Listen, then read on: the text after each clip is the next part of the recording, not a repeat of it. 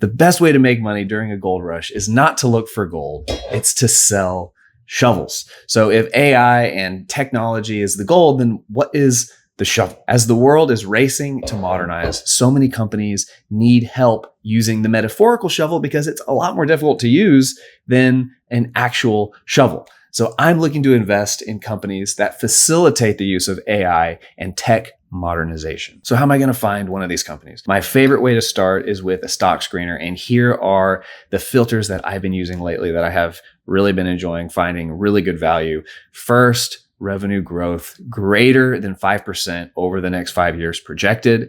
Then revenue growth over the past 5 years greater than 5%. The best way to predict if a company is going to grow their revenue over the next 5 years is if they've succeeded in doing that over the previous 5 years. So I think these two filters are really strong. Next, I want to use market cap over 100 billion. I like to limit my search to huge companies because they're a lot more stable, a lot more predictable, and less risk. And speaking of risk, I also like a debt to equity ratio of under 1. If a company has low debt compared to their equity, it just takes another major reason why companies fail is if their debt becomes unmanageable. So debt to equity less than 1 takes that risk off the table. And then finally, I've got the industry and the sector in there. I have filtered it by the technology sector, and I'm going to look at what companies meet this criteria in the technology sector, and then what industry they're a part of. And as I'm scrolling through this list, I see lots of familiar names: Palantir, AMD, NVIDIA, Shopify, Salesforce, TSM. There's lots of companies that are familiar to me on here that have had good revenue growth and are large companies. And as I'm looking through these industries, I'm seeing software infrastructure, semiconductors, software applications. And finally, as I scroll a little bit further down, I see the sector that I think I'm looking for: information, technology, services. I want to look at companies that provide services for this growing technology sector because I think it's likely that they are overlooked. People are putting all their attention on the superstars like NVIDIA, and maybe some of these companies like Accenture are getting overlooked, and maybe they're a little bit of a better value and therefore represent less risk. So what does Accenture actually do? I'm going to go to their latest annual report and read it straight off of there. Accenture is a leading global professional services company that helps the world's leading organizations build their digital core, optimize their operations, and accelerate their revenue growth. And I'm not going to lie, after reading that, I still have no idea what they do. So I'm going to scroll down a little bit further, where they talk about their strategy. So what do they mean by building their digital core, such as moving them to the cloud, leveraging data and AI, and embedding security across the enterprise? They optimize their operations by helping their clients digitize faster and access digital talent. So this is actually perfectly in line with the type of company that I'm looking to invest in. Before I do a deep dive into this company and see, are they a good value, I want to do some quick checks to see, is this a quality business? Do they have any red flags that jump out? My favorite way to do that is using my automated spreadsheet where I type in their ticker, and then I go to my Buffett supplement tab. This is where I pull all of Warren Buffett's red flags that he looks for. Basically, if a cell is highlighted red, it's a red flag. If it's highlighted green, it's a green flag. And a green flag means that the company has a strong possibility of having a durable competitive advantage. The more green flags, the more likely that is. And as I'm scrolling down through these cells, I'm not seeing any red. So that's a really good sign. And if a cell is white, it means it's kind of in the middle. It's not a red flag. It's not a green flag. So gross margin, Warren Buffett likes to see over 40% gross margin to be a green flag. Under 20 is a red flag. So 32%, it's right in the middle. Selling, gross, and administrative costs is 53%. Warren Buffett likes to see that lower than 30, but once again, it's right in the middle of his range. R&D, he likes to see very low R&D. He likes to see very low interest payment as a percentage of operating income. So this goes into the debt level. If the company has a really high interest payment that's eating up a lot of their operating income, Warren Buffett does not like to see that. This company does not. And then finally, their profit margin is 11, 12%, which is getting close to red flag territory, but still in the neutral zone. Their profit's been going up every year. Earnings per share has been going up.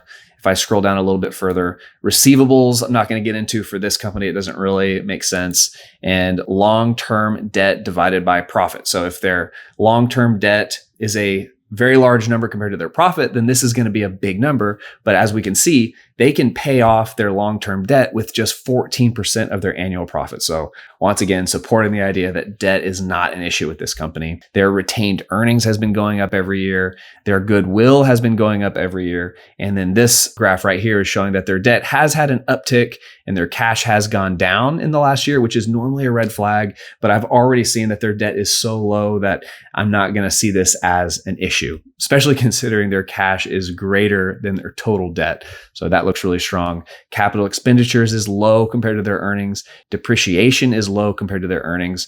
And then finally, they have an adjusted current ratio above 1, which means they're not likely to have any liquidity problems in the near future. The last one I want to point out is the number of shares outstanding. It's been dropping every single year for the last 5 years, meaning that this company is investing money in repurchasing shares. That signals that they're confident that their business is strong and their share value is going to go up in the future, and they're investing in their shareholders. So this is increasing my stake in the company every time they buy back shares.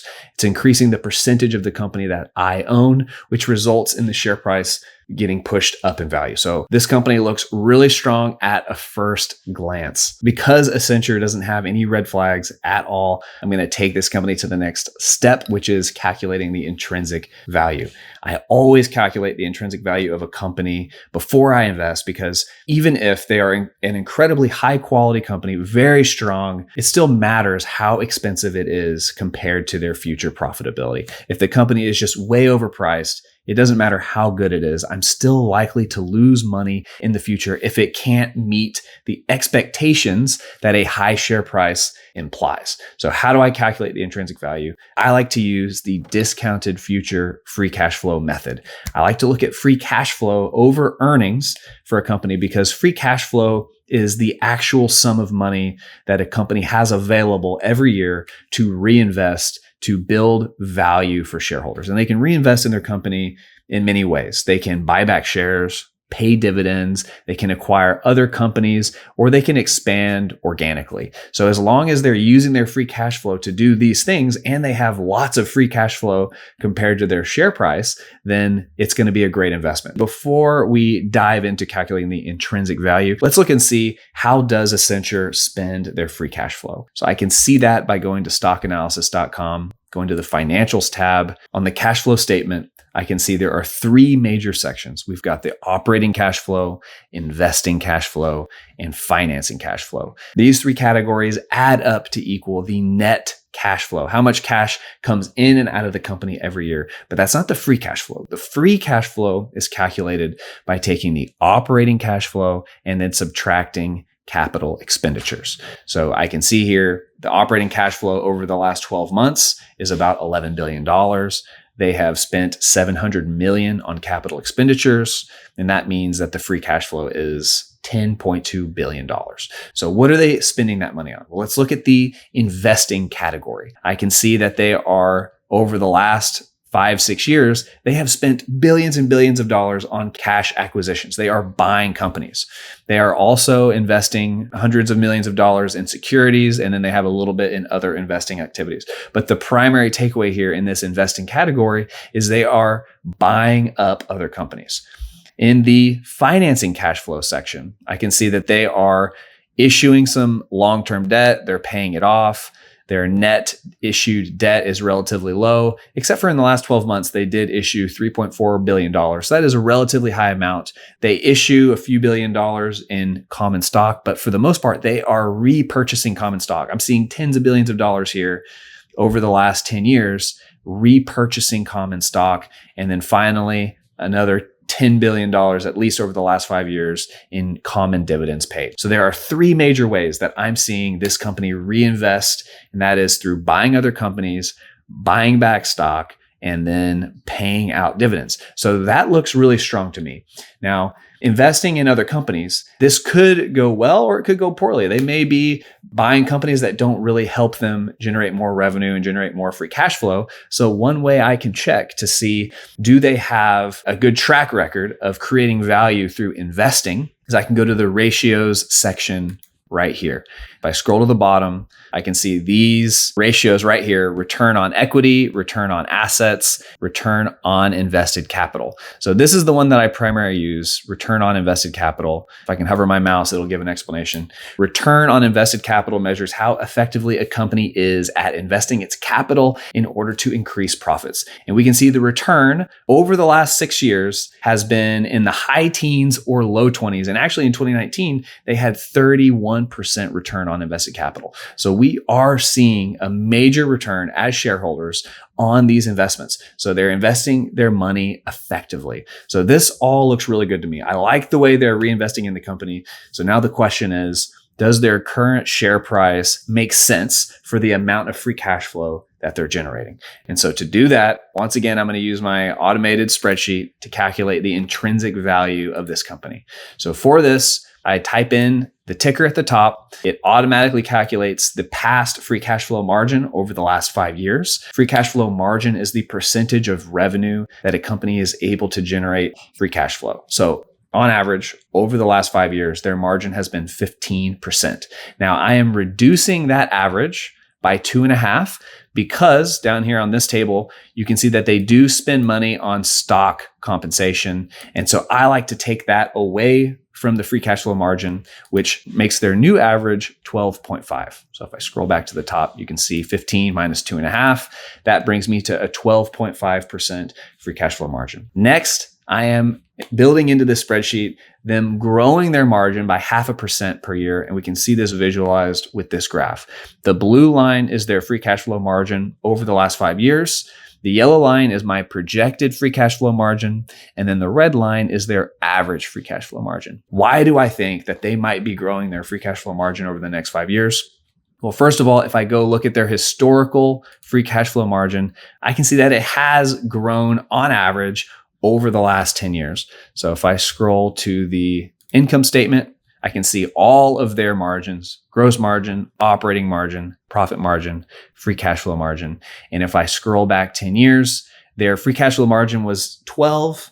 It's increased to 13. It had a big jump up to 17, 16, but then it's been 14. It did drop in 2024, but they have recovered nicely in 2025. And now it's at close to 15. So I'm seeing a slow and steady rise in their free cash flow margin. So I'm going to build that into my spreadsheet. The next thing I need to take into account is the projected revenue growth over the next 5 years and then over the next 10 years. So the future free cash flow is going to be equal to the projected revenue growth multiplied by my projected free cash flow margin. We've already calculated the margin. Now let's get a projection for revenue increase. And the way I like to do that is go to the analyst projections for future revenue. So on stockanalysis.com, there is a forecast section. And so right off the bat, I can see that the analysts are forecasting the stock price to go up, but that's not what I look at. I look at the analyst projections for future revenue growth. And I can see that they have projected the revenue over the next 4 years. The highest analysts are saying it's going to be in the teens. The average analysts are saying it's going to be upper single digits. And then the lowest analysts are saying low single digits. So I'm going to copy that information. I put it into my spreadsheet right here where it takes into account those values. I did enter in my own estimates for the 5th year because the analyst did not, unfortunately. I just set it to 7, 5, and 0. So with that in mind, my intrinsic value calculations using the high analyst, the average analyst, and the low analyst projections for revenue multiplied by this free cash flow margin is $280 fair share price for the lowest analyst, $346 for the average, and $428 for the high.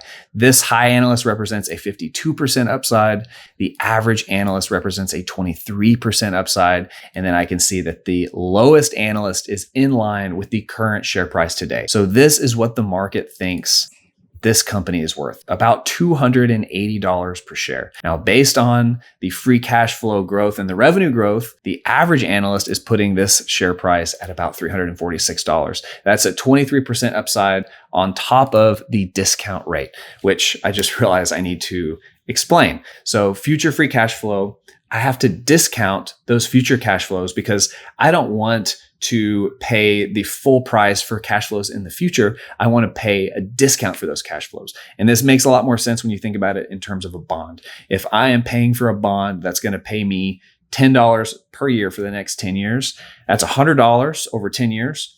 I don't want to pay $100 for that bond because then I'm just going to get paid back my money over 10 years. That's horrible. I want a discount on those future cash flows. I might spend $50 on that bond. That way I am guaranteed to double my money over the next 10 years. So it's similar with discounted free cash flow. So I am discounting all future cash flows by 8.5%.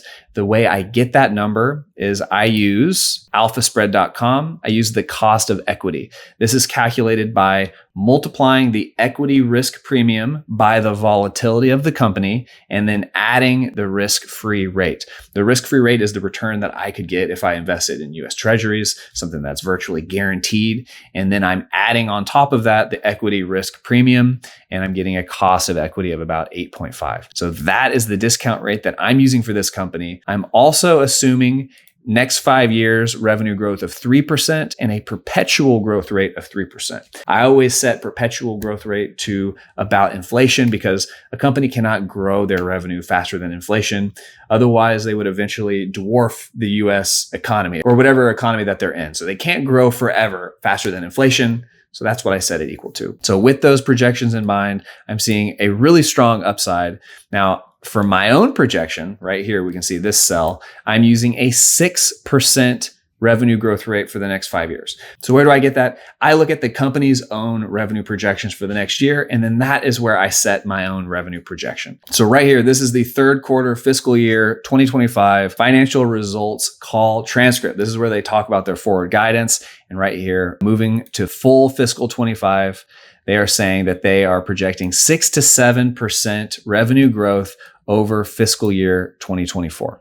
So I'm seeing 6% growth to 7. I decided to go with 6% on my own projection. This final cell right here is the past projection. So if they're able to grow their revenue at the same rate that they did in the past, that's being calculated right here. They're averaging 8% revenue growth over the last 5 years. If they're able to do that going forward, then the intrinsic value today would be 354. So because this company is a large company, they are consistently growing their revenue. If I go to the financials tab, I can see right here that they have been growing their revenue for the last 10 years. Very consistent. So what I'm seeing is a large, consistent company that has a strong business model. They're positioned well to benefit from the rising tide of AI and technological modernization. This company is well positioned and they're undervalued. So I'm seeing a low risk, undervalued company. This is what I'm investing in this week. This is a part of my live YouTube portfolio series where I invest in a different company every week. And now I want to quickly go over my portfolio right here. We've got $3,634 invested. I invest $100 every week in a different company. So you can see the portfolio is relatively young. We started in December of 2024. So we've only been going about 8 months, but we are currently up $221 in capital gains. We are up $13.76 in dividends, which represents a money-weighted rate of return of 13%. Now, if I filter my companies by most gains to most losses, I'll slowly scroll through so you can get an idea of what I've been investing in so far. And fortunately, at this point, most of my companies are in the green, but we do have a few in the red down here. Accenture, this is the one that I'm going to be investing in on Monday. So the current share price of Accenture is, what do we say, 282. So we'll see what price I actually am able to buy it at on Monday. But I've got a couple companies in the red, Akame Technologies at down 10% and Simply Good Foods down 17%. Now, I still really like these companies. I have strong conviction in them, and I'm not judging them based on a few months. I think these are long-term holdings. In my whole portfolio, I try to judge over the span of several years. So the only way that I will close out a holding is not because it does really well or it does poorly. I will revisit the intrinsic value based on my projected future free cash flow. And if the share price doesn't make sense based on the future free cash flow, that is when I will sell a holding. On the top side of my portfolio, my best holding so far is HIMS. It's up almost 100%, but I'm not going to sell it just because it's up, because I still see a lot of potential revenue and free cash flow growth. But even though this is my best holding, it's not the one that I've invested the most money. It's not my highest conviction holding. You're not going to believe the company that I've invested the most money in. Check it out right here.